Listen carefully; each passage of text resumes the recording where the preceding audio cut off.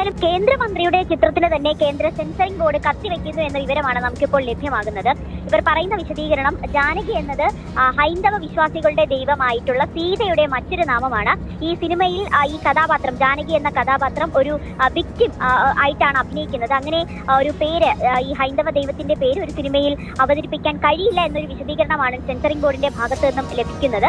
അതിന്റെ അടിസ്ഥാനത്തിൽ ഈ സിനിമയിലെ പേര് മാറ്റണം. ഈ വാർത്ത കേട്ടപ്പോൾ ആദ്യമേ കരുതിയത് കേരള സർക്കാർ ആവിഷ്കാര സ്വാതന്ത്ര്യത്തിൽ കയറി കൈ കടത്തുന്നു, ഈ കേരള സർക്കാരിനെതിരെയുള്ള ഒരു പേരൊക്കെ വന്നു കഴിഞ്ഞപ്പോൾ ചിലപ്പോൾ അവര് കയറി പണിതാണോ എന്നൊക്കെയാണ് ഞാൻ ചിന്തിച്ചത്. പക്ഷെ ഇപ്പോഴാണ് കാര്യം മനസ്സിലായത്. ഇത്രയും നാളും സംഘപരിവാർ അജണ്ടകൾ വെച്ചുകൊണ്ട് പല സിനിമകൾക്കിട്ടും കയറി കട്ടിക്കാൻ നടന്ന സുരേഷ് ഗോപി അണ്ണന്റെയും അവരുടെ ടീമിന്റെയും പടത്തിന് തന്നെ ഏറ്റവും അവസാനം സെൻസർ വെച്ചിരിക്കുകയാണ്. കാരണമാണ് ഏറ്റവും രസം. സീതാദേവിയുടെ മറ്റൊരു പേരാണ് ജാനകി എന്ന് പറയുന്നത്. ഇവർ സത്യത്തിൽ സെൻസർ ബോർഡ് തന്നെയാണോ അതോ ഈ പറയുന്ന പോലെ ശാഖാ കേന്ദ്രത്തിന്റെ നേതാക്കന്മാരാണ്? എനിക്ക് അറിയാൻ മേലാഞ്ഞിട്ട് ഞാൻ ചോദിക്കുകയാണ്.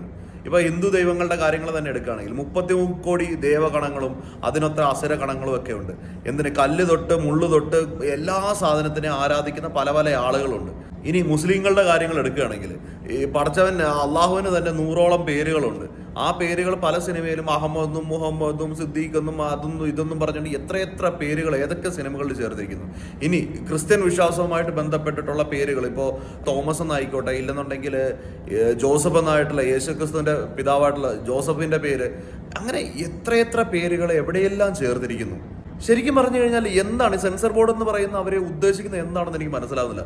ഞാനൊക്കെ ഒരുപാട് പ്രതീക്ഷയോടെ കാത്തിരിക്കുന്ന ഒരു സിനിമയാണ് JSK എന്ന് പറയുന്നത്. അതിന്റെ റിലീസിന്റെ അന്ന് തന്നെ കാണണമെന്നുള്ളത് അത്രയും അധികം പ്രതീക്ഷ വെച്ചിരിക്കുന്ന, ഒരുപാട് നാളുകൾക്ക് ശേഷം സുരേഷ് ഗോപി എന്ന് പറയുന്ന രാഷ്ട്രീയക്കാരൻ വേറെ, നടൻ എന്ന രീതിയിൽ അദ്ദേഹത്തിന്റെ അഭിനയവും അദ്ദേഹത്തിന്റെ സ്റ്റൈലും കാണാനായിട്ട് ഒരുപാട് പേര് കാത്തിരിക്കുന്നുണ്ട്. അതിലൊരാൾ തന്നെയാണ് ഞാൻ. പക്ഷേ സെൻസർ ബോർഡിൽ നിന്നുണ്ട് ഇത്രയും അതപ്പതിച്ച ഒരു കാരണം പറഞ്ഞുകൊണ്ട് ഒരു സിനിമയിൽ, ആ സിനിമയിൽ തന്നെ ഏകദേശം 92 ഭാഗത്ത് ഈ ജാനകി എന്നൊരു പേര് ഉപയോഗിച്ചിട്ടുണ്ടെന്നാണ് പറയുന്നത്. അതെല്ലാം കട്ട് ചെയ്ത് ഇനി അതെല്ലാം റീ എഡിറ്റ് ചെയ്ത് കൊണ്ടുവന്നു കഴിഞ്ഞാൽ മാത്രമേ സെൻസർ ചെയ്യാൻ പറ്റുള്ളൂ എന്നാണ് പറയുന്നത്.